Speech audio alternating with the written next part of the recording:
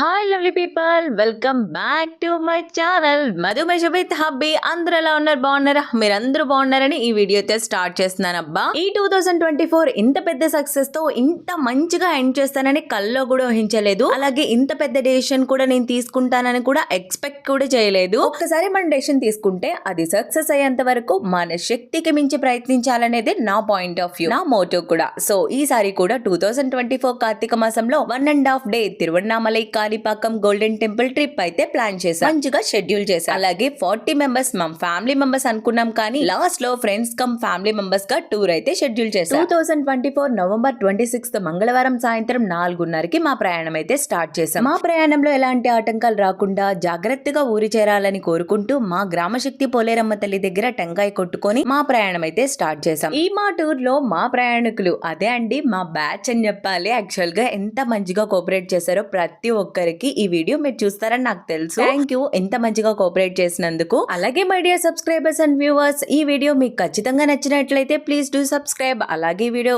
ఏ మాత్రం మీకు యూజ్ అయినా ఒక లైక్ చేసేయాలండి. ఈ వీడియోలో నేను ఏమేం చేశాను, ఏ ప్లేసెస్ చూపించాను, టికెట్ ఎంత ప్రైస్ పెట్టాను, ఎలాంటి ఫుడ్ ప్రొవైడ్ చేశాను, కంప్లీట్ డీటెయిల్స్ తో పాటు మంచిగా ఎంటర్టైన్ చేస్తూ ఈ వీడియో అయితే షెడ్యూల్ చేశాను. చాలా బాగా అనిపిస్తుంది, యూస్ఫుల్ మీకు కూడా. స్కిప్ చేయకుండా లాస్ట్ దాకా వీడియో చూడండి. అలా సరదాగా అందరం మాట్లాడుకుంటూ ఒక 2 hours జర్నీ తర్వాత కాణిపాకంకి అయితే రీచ్ అయ్యాం. 26th ఈవినింగ్, అదే అండి 4:30కి స్టార్ట్ అయిన మేము 7 లోపు కాణిపాకం రీచ్ అయిపోయాం.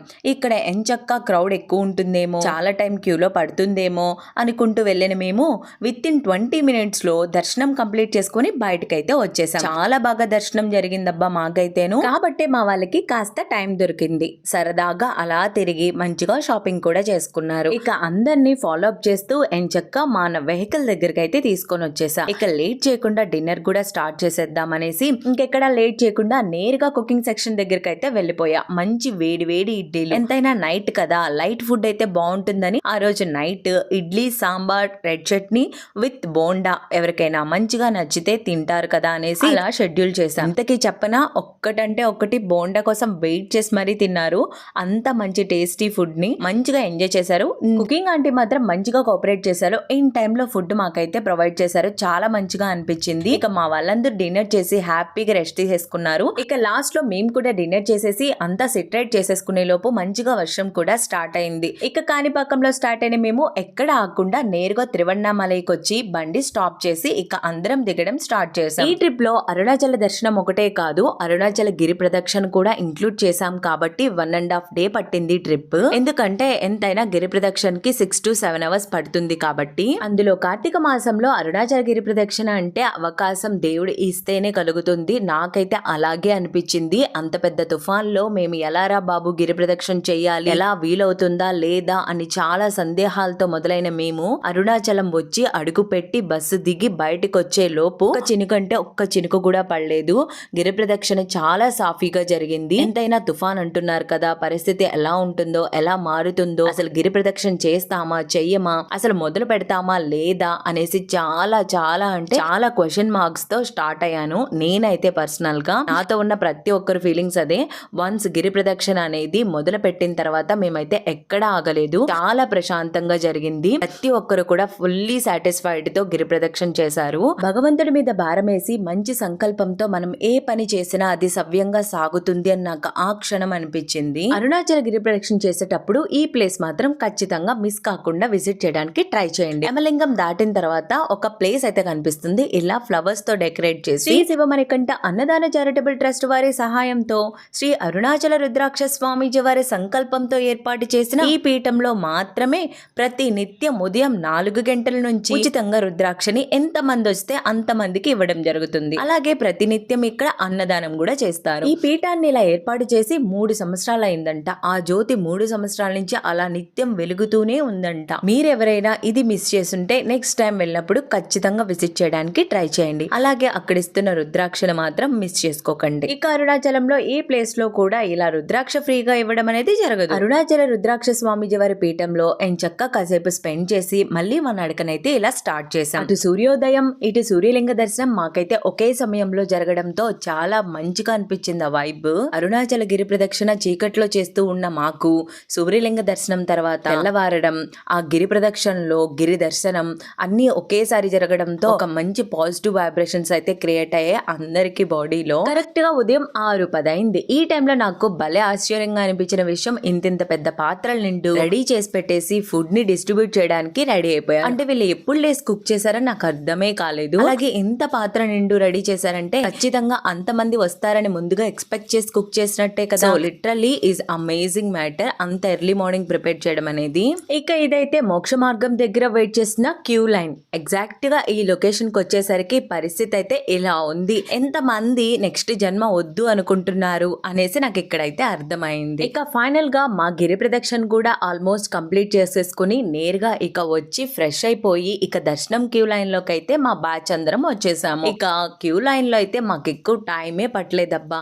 ఎగ్జాక్ట్ గా 25 minutes లో స్వామివారి దర్శనం అమ్మవారి దర్శనం రెండు కూడా కంప్లీట్ అయిపోయాయి. ఎక్కడా కూడా క్యూ అనేది ఆగలేదు. పరిస్థితి ఇలా ఉన్నా కూడా కంటిన్యూగా మూవ్ అయిపోతూ దర్శనం చేసుకుంటూ వెళ్ళిపోతూనే ఉన్నాము. చాలా బాగా అనిపించింది. ఫైనలీ మా బ్యాచ్ అయితే ఎగ్జాక్ట్ గా ఈ లొకేషన్ కి వచ్చిన తర్వాత మేమందరం గుర్తుగా ఉండడం కోసం కొన్ని పిక్స్ అండ్ వీడియోస్ అయితే తీసుకున్నాము. ఇది జస్ట్ హాఫ్ బ్యాచ్ మాత్రమే. ఇంకొక హాఫ్ బ్యాచ్ ముందే వెళ్ళిపోయింది. అప్పటికే 1:30 అయిపోయింది. ఇక ఫుడ్ కి లేట్ అయిపోతుందని ఇంకా ఎక్కడ ఆగకుండా నేరుగా బస్ దగ్గరికి వెళ్ళిపోయి స్టార్ట్ అయిపోయాము. సో అందుకే కొన్ని వీడియోస్ అయితే క్యాప్చర్ చేయలేకపోయాను. ఇక్కడ కూడా ఫుడ్ డిస్ట్రిబ్యూషన్ లో నేను కొంచెం బిజీగా ఉండడంతో అత్తమ్మని అయితే వీడియోని క్యాప్చర్ చేయమన్నాను. సో తనకు వచ్చినంత వరకు వీడియో క్యాప్చర్ చేసింది. ఇక్కడ మేమైతే కంప్లీట్ గా 10 ఐటమ్స్ పెట్టాము. స్వీట్ తో స్టార్ట్ చేస్తే బాదుషా, అరటిపండు, వైట్ రైస్, చింతపండు పులిహోర, అరటికాయ తాలింపు, 2 రకాల పచ్చళ్ళు, బిచ్చరు, సాంబారు, రసము, పెరుగుతో మంచిగా చిల్ గా ఎండ్ చేసాము. పెళ్లి భోజనం ఎలా ఉంటుందో బంతి భోజనం అలా పెట్టామన్నమాట. బట్ మాకైతే ఇది బంతి భోజనం కాదు, కార్తీక మాస వన భోజనం. ఇక ఫైనల్ గా అందరూ అయిపోయిన తర్వాత మేము కూడా లంచ్ చేసేసి ఇక ఎక్కడా స్టాప్ చేయకుండా నేరుగా గోల్డెన్ టెంపుల్ కి అయితే అదే అండి శ్రీపురంలో ఉన్నటువంటి శ్రీ నారాయణి అమ్మవారి దర్శనానికి అయితే వచ్చామబ్బా. ఫైనల్ స్టాప్ అయితే ఇదే మాది. ఇక ఈవినింగ్ స్నాక్స్ గా ఇలా బరుగుల్ మిక్చర్ అయితే పెట్టాము. సో ఇదంతా తినేసి కాసేపు అలా స్పెండ్ చేసేసి ఇంకా లేట్ చేయకుండా మా 45 మెంబర్స్ అందరం కలిసి ఇక దర్శనానికి అయితే స్టార్ట్ అయిపోయాము. ఇక్కడ మస్ట్ ఒక పాయింట్ గుర్తు పెట్టుకోవాలి.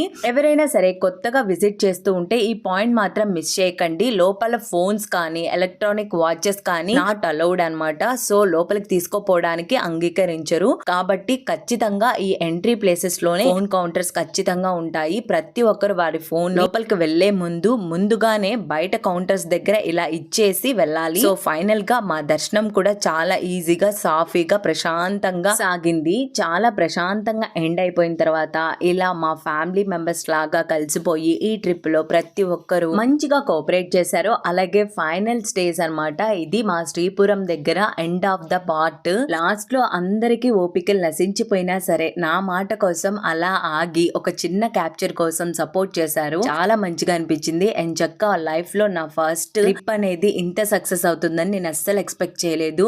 అలా సక్సెస్ అవ్వడానికి వీళ్ళు కూడా అంతే సపోర్ట్ చేశారు. రియల్లీ నాకు చాలా హ్యాపీగా అనిపించింది. Once again thank you so much all my dears.